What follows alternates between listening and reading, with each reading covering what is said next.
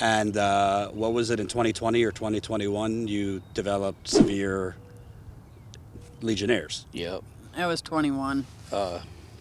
They they had the CDC call me on the phone in the hospital, and then some people come in the hospital and question me.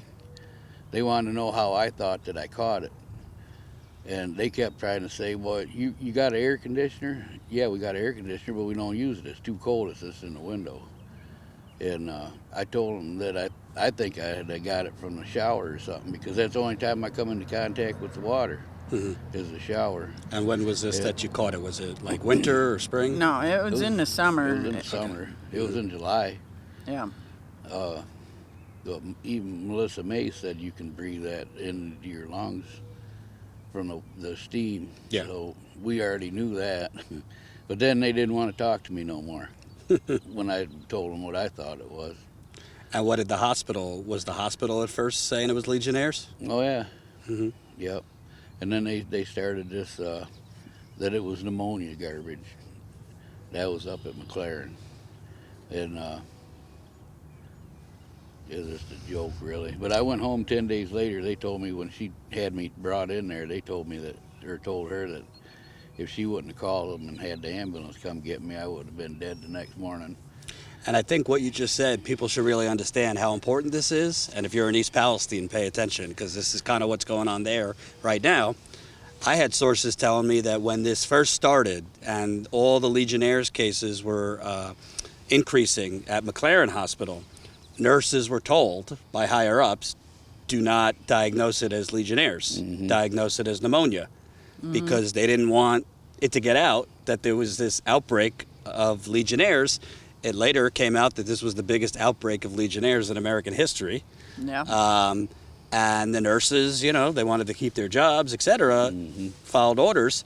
I believe that those orders coming from the nurses came from higher-ups at the hospital who were communicating with Snyder's administration. Yeah. Based on my reporting, I think Snyder and his top officials were communicating with the hospital where the Legionnaires outbreak was happening as early as October 2014. Well, that brings us to the governor and that attorney general. I think them two got paid off. That's why they just let the whole thing fall through. Yeah. Of course, neither one of them got no sense. But. Well, we're going to get to her later. But so why that's important is you're saying that this is not 2015 or 2016 you had Legionnaires. This is 2021, which indicates there was a bacteria somewhere. They're saying it was, you know, the normal areas you would look is air conditioners, but also showers. Legionnaires grows and thrives in hot weather, so July. Yeah. But you're saying that the CDC contacted you, and when you told them you thought it was from the Flint water, they basically, that was it? They didn't want to talk anymore? They didn't talk to me no more after that. They was going to get a hold of me when I got home, and they never did. They never contacted us at all. And did you... and I was out of it. I couldn't remember who I talked to or anything like that, so that didn't do me no good, you know, to call them. But did you ever hear about other people in Flint in recent years having Legionnaires that it wasn't really publicized? Yeah, they think that her niece had it. Wasn't that what it was? Yeah, but that was in 2015. She passed away. She was in jail for like 6 months, and of course they didn't know what it was. She was drinking the Flint water, and she got really sick when she got out, and she never recovered. And I think that's really goes to show you how many people have died of Legionnaires, that it didn't go to the actual, it wasn't attributed to the Flint water. Right. Not to mention how many people are dying at relatively young ages of cancers, kidney problems, liver problems, strokes, and they're not saying it's because of the water. Yeah. You potentially could have thousands of people in Flint that have died directly or indirectly related to consuming that water.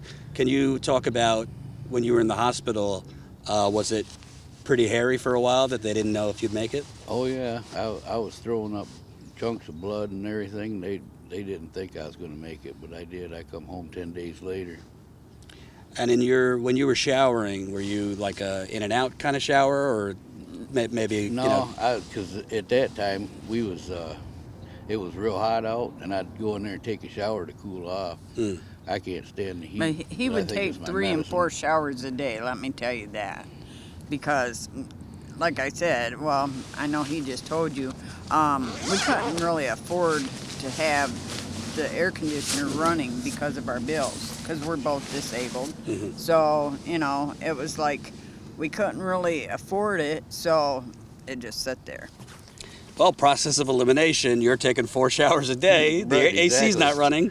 You're not getting it from the weather. I think Right. I was right, but it was crazy because I'm all the time joking, messing around, and that's what she thought I was doing. But come to find out, I was out of my head, and that's why she ended up calling the ambulance, because then she realized that something was wrong. Cause I just way out. Now, to viewers watching, you would think, if the CDC's calling you, it's because the hospital is flagging to the CDC if they have Legionnaire's patients. If the CDC is calling you, I'm assuming you told them I showered this much or this and that. If the CDC exists for public health, you would think they'd do some type of investigation, Right. look into, is there other cases of Legionnaires? Is there an increase in the diagnoses of pneumonia in hospitals that might actually be Legionnaires? But from what you're saying, it sounds like as soon as they found out it's likely from the Flint water, they didn't want Nobody any. wanted to touch it. And then they had all them cases of Legionnaires up there at McLaren anyway, so Right. they probably was afraid it was going to bring a lot of unwanted attention to them or something. And after you came home, tell me about your health after that, because you said I'll tell you what, it was hard to breathe for a while, wasn't it? It was about 2-3 months there afterwards. And then I turned around and got COVID. COVID in October. My lungs wasn't even healed yet, and I ended up with that, and that almost killed me. of 2021. Yep. And almost died from that time too, because I didn't have sense enough to go to the hospital. But yeah, it was crazy. I was coughing up blood like you wouldn't believe, and that's enough to rattle your nerves there. Absolutely. And I mean, obviously you were worried at this point, but Yeah. are you thinking the water's still contaminated? Clearly, this is from the water. I'll never trust it. Never. I don't care if I live to be 150, at which I ain't going to. But if I was, I wouldn't trust it. Because you hear from the mayor and some others, it's a trust issue. The water is safe now, but it's just we need to rebuild trust. But then I keep in contact with residents all the time, even when I'm not here. I have them telling me their water smells like sewer, Yeah. their water smells like pond, tiny black particles are coming out floating around. You have people sending me pictures that they still have rashes. How is that determined as safe if all this stuff is still going on 9 years? And by the way, if you're not an engineer watching, they've only been changing 1 out of 3 of the necessary pipes to change. They're only changing the service lines, which go from your curb into your home. They haven't been replacing the main pipes that run underneath the street.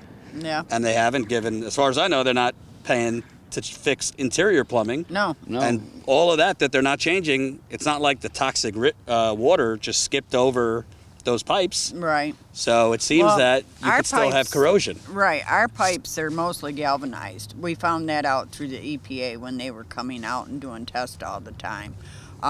Like I say, we're both disabled and we just barely get enough to survive, and pay our bills and plus eat. And it's like, we got to have water. I don't trust it. I'm not going to drink it. Even with the filter, I won't drink it.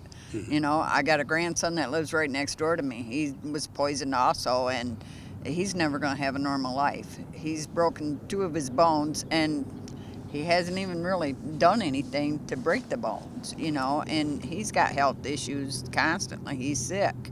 How old is he? He'll be 9 in October. So, but yeah, it's just a nightmare living here.